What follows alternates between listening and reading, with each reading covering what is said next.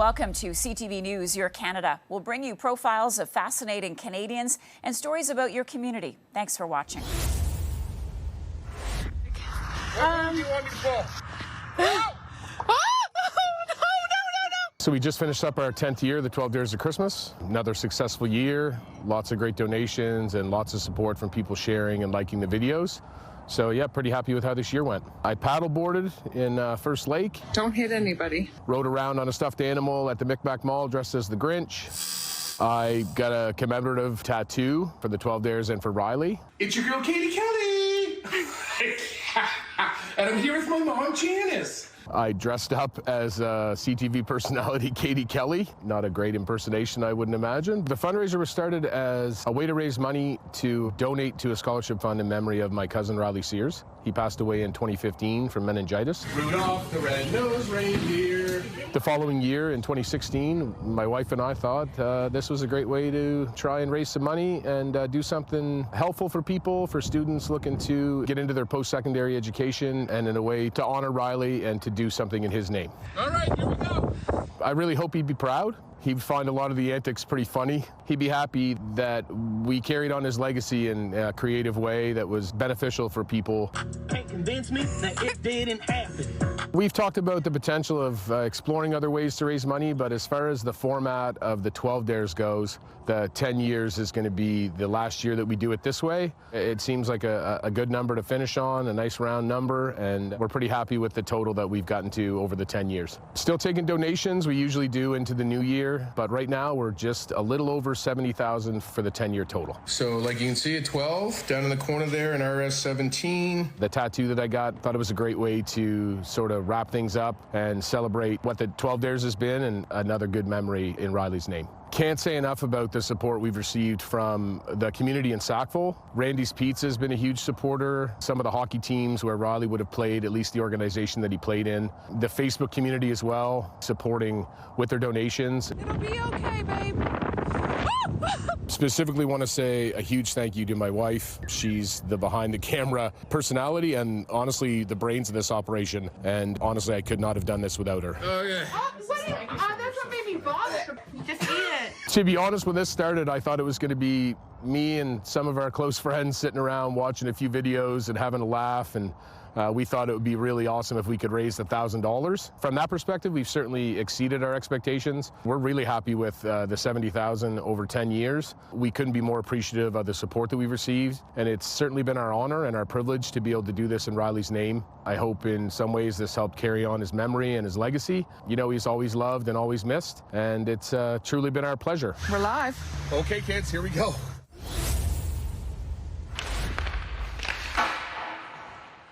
Zechariah Thomas is getting some ice time in between running his own business. The arena, a place he considers a second home. Thomas began playing hockey with the Oshawa Minor Generals at the age of 10. He played in the CHL in Quebec and moved up through the ranks, eventually landing in a minor pro league in New York. When the pandemic hit, things changed. He shifted his focus to his love of business, starting his own hockey stick brand in 2022 called Swift Hockey. I kept seeing a really strong problem over and over again where sticks kept breaking. And especially in Oshawa, a lot of parents were being priced out, and it just kind of had a hard feeling for me every single day seeing that situation over and over again. He put pen to paper and started research with his team. Truthfully, just using the hockey stick on the ice. Like, I would go to China, they would ship me a bunch of sticks, I would test the sticks out, and I was able to do the research and development aspect because I was a former pro player. After much trial and error, he is happy with the final product. So they're made out of carbon fiber. We use the highest grade carbon fiber we could find, and on top of that, we add extra carbon layers throughout the stick to make it a little bit more durable, so the stick's not breaking. A welcome option for parents like Krista Hilton, who has 2 sons currently playing rep hockey, one in the OHL. It's much more affordable, it's much easier on my pocketbook, and you know, when annual fees for rep hockey is upwards of $10,000 a year, you know, anything helps. And her son Travis freely admits he's had his share of broken sticks. Through this year, about like seven sticks. Swift hockey sticks are priced between $200 to $250, almost half the price of more established brands, and they are NHL certified. He launched Swift Hockey in 2022 and gained national attention through a Dragon's Den appearance. Now the brand has gone global, selling equipment online and in stores in Canada and the US. Sales are now close to $7 million. Thomas's hard work hasn't gone unnoticed. He was recently named to the Forbes 30 Under 30 list in the retail and e-commerce category. Arguably, like one of the biggest awards in my heart, the Forbes 30 Under 30 award. It was a great accomplishment for me and my family and the team. His company's long-term goal is to keep kids mentally and physically healthy by making all sports more affordable and accessible. A portion of every Swift Hockey stick sale goes to providing sticks to young players and supporting hockey programs in underserved communities. Carol Charles, CTV News. A last-minute push for volunteers to help with the Salvation Army's kettle campaign worked. CTV was very helpful to us recently in doing a call out to people to help us out with our kettle campaign. We really needed volunteers. And we had over 100 people responded to that call. And at the time, we were quite low in our revenue towards our $650,000 goal. They didn't quite reach that mark, but Executive Director Nancy Kerr says they did record their highest total ever in London and surpassed $600,000 raised for the first time since 2019. We are sitting at almost $613,000 that has come in. And there's still people calling us now wanting to donate. So it's been fantastic. This year's campaign brought in 4,000 toys, which allowed them to support 3,000 households, and approximately 5,200 children received toys through the campaign. I talked to some of the parents, and they just said, you know, I without this, I maybe would have had to go without meals myself, or I don't know how I would have had Christmas with my kids. In total, about 1,350 people volunteered and others signed up who will be on the list to help in 2026. That effort helped boost their financial total. It offsets the costs of the Christmas assistance program, which we just had. A significant portion of the money does go to that, but the rest of it goes to helping us help individuals throughout the year. For example, today even I'm helping a senior couple who are having a crisis. Just bought them some groceries and having it sent to them. It's little things like that that make their day. Kerr says the rest of the money goes towards other events like community dinners throughout the year, school lunches, and children's programs. Brent Lale, CTV News. Lakeshore General Hospital holds a lot of memories for Dave Stubbs. It's a place where he had a brush with death 23 years ago. It's also the place he met a lifelong friend, Dr. Thomas Kaufman. You will hear people say, well, so-and-so saved my life. And, you know, you can kind of just throw that around cavalierly. But, I mean, Tom Kaufman literally saved my life. In November 2002, Stubbs was 45 and at the top of his game. He had just returned from covering Montreal's Grey Cup win when the symptoms started. I'm sweeping the car off. I don't feel very good. I feel short of breath. I go home. I'm lying on the floor in my office, again, trying to catch my breath. I can't. And I begin to perspire. My wife and I know immediately that this is probably what's going on. Heart attacks had killed 3 of his uncles in their 40s. At the ER, Dr. Kaufman discovered Stubbs' left interior descending artery was blocked, provoking what's called a widowmaker heart attack. When you block an artery, you block the oxygen to that part of the muscle. That lack of oxygen can be fatal. So with no time to waste and no facilities to do an angioplasty at the Lakeshore, Dr. Kaufman used a new medication. We did what we had at that time, which was basically giving clot-busting agent like Drano to open up the blocked artery. It worked. And days later, Stubbs was transferred to another hospital where surgeons performed an angioplasty and inserted a stent into his heart. Once he healed, Stubbs went back to the Lakeshore to thank Dr. Kaufman and found out they shared a common love of the Montreal Canadiens. I have a massive appreciation of hockey. I love discussing hockey with him. Those discussions have turned into a friendship.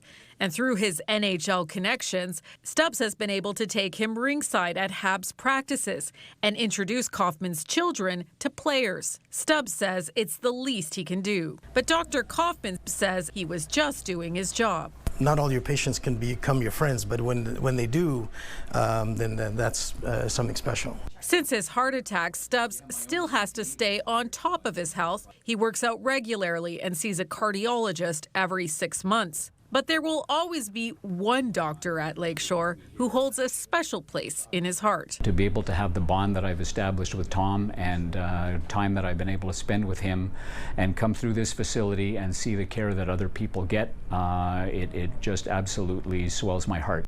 Denise Roberts, CTV News. The only thing I knew how to do was literally shut down. And the way to shut down was to survive. Born in 1986 with a cleft lip and palate, the hospital became a second home to Matthew Nealon as he underwent dozens of surgeries as a child. As I was growing up, I started to recognize that I didn't like these operations that we're going through. And I knew at the time I was different. His parents by his side for every appointment and operation, but still he says he felt alone. Unable to process the emotional trauma of the physical surgeries, severe anxiety overtook his life. I would just projectile vomit. My body would collapse. I wouldn't be able to move. I wouldn't be able to speak. And I would just be in such intense fear and terror that I didn't know what else to do. As an adult, turning to alcohol to help him cope with panic attacks, anxiety for which decades ago there was little support. Because there was no knowledge, the fear was just skyrocketing. It honestly felt like I was going to die every single time. Fast forward nearly 40 years, and there is a world of new understanding of the need for mental health support for children and youth. CAMH teaming up with Sick Kids to launch Thriving Minds, an initiative to ensure coordinated and connected care. Children and youth trying to access the mental health system really experience a very fragmented system of care. There are multiple front doors, multiple waiting lists, and sometimes they wait for a long time and then find that they can't even access the type of care that they need. Referring young people to specialized mental health programs and supports like Youth Wellness Hubs Ontario. If we can get in there early, we can ensure that youth and their families have the best outcomes possible when it comes to mental health. We can help them develop skills and tools to manage some of the things they're struggling with, get them connected to the right primary care providers. Very often, by the time children and youth are seeking mental health care with us, they may already be having an episode of ill health and for which they need care. So what we're doing is really preventing that from getting any worse, which frequently can happen when people sit on wait lists for a long time. Expanded access to mental health care that Matthew Nealon wishes he had had so many years ago. I'm now mentally capable of handling all that anxiety and stress and terror and fear that happened back as a kid. Sharing his own story of anxiety and addiction recovery in a memoir to encourage young people in need of support to connect with care.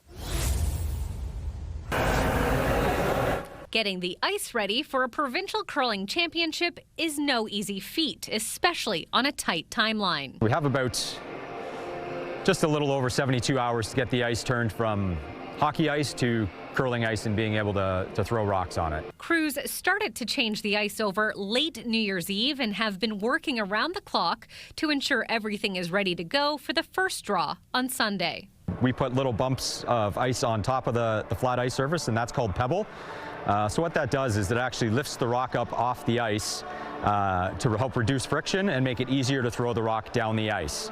It also helps add curl to the rock, hence the name curling. We walk backwards down the ice, waving it back and forth like this to break it into droplets, and it flies pretty evenly across the ice and freezes in little droplets. The championship will see 24 teams from across the province, with the winner moving on to the national stage. 12 women's teams and 12 men's teams competing for the opportunity to represent Ontario in the Scotties in the women's case and the Brier in the men's case. Bill Barr chairs the championship. He says Woolwich Memorial Centre has room for around 1,100 spectators. Kids under 12 are free, so it's a great family event if you want to bring your kids out and watch. with hope of inspiring the next generation of curlers. Historically, Olympic years has always kind of boosted the sport and the interest in it, so we're really hoping to reap those benefits at this event as well. And now that preparations are well underway, the next step is just to get spectators and teams in and to kick things off come Sunday. The tournament will wrap on the 11th. Ashley Bacon, CTV News, Elmira.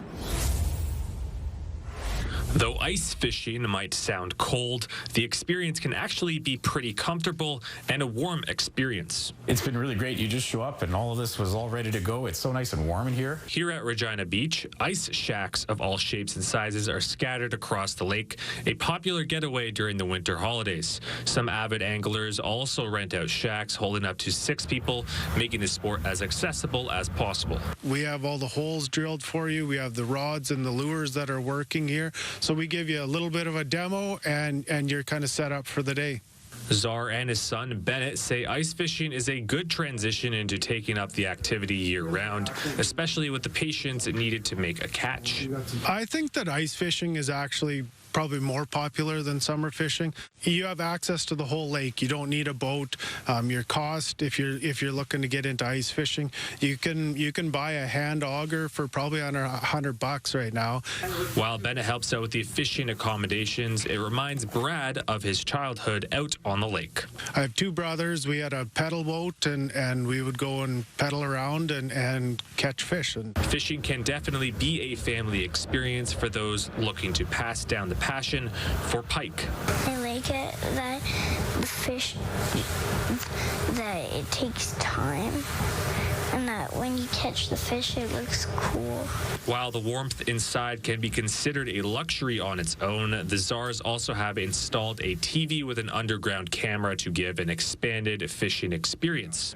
It's just been really great to be able to just show up and have everything ready for you. I think if we had come out without a shack, we'd be here for maybe an hour or so, but here we'll probably be out here all day.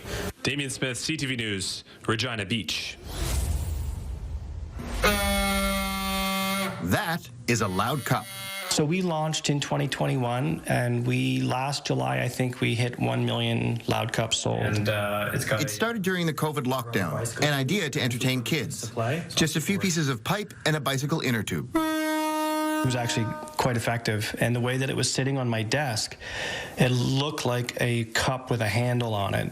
And then, for whatever reason, my mind starts wandering, and I thought, well, that'd be a pretty awesome mashup. A cup that sounds like a horn.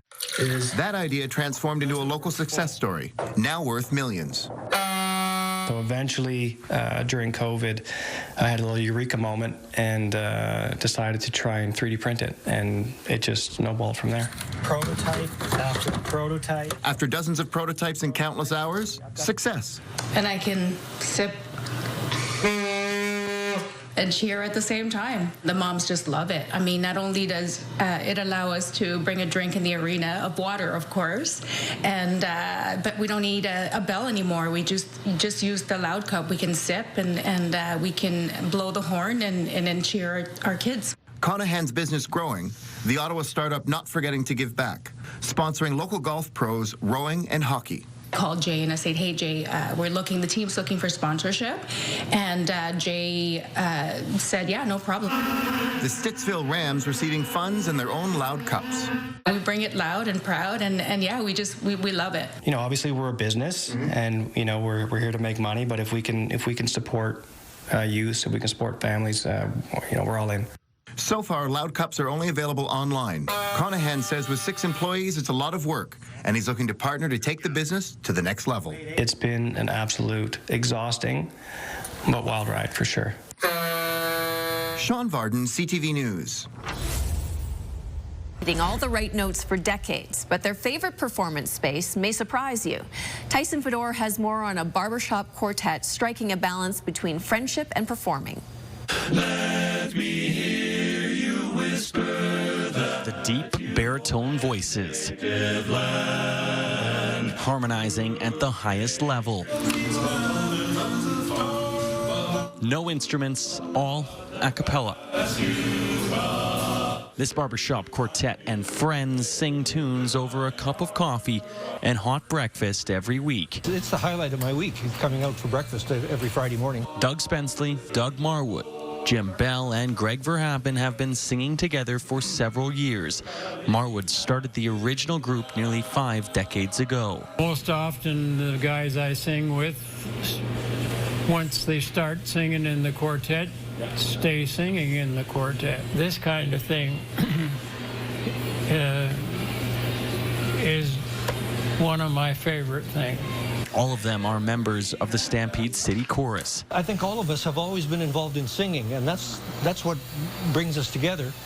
It turns out that for old men like us, getting together with other old men is a good way to stay healthy. The group will sing at service clubs and nursing homes anywhere an audience will lend an ear. If we have a busy week, we probably are singing 6 or 7 times. And while the Deerhead Cafe off Edmonton Trail in the northeast part of the city is their go-to spot, the group will perform anytime for anyone. We think it sounds pretty good when we sing. At least it sounds good in here.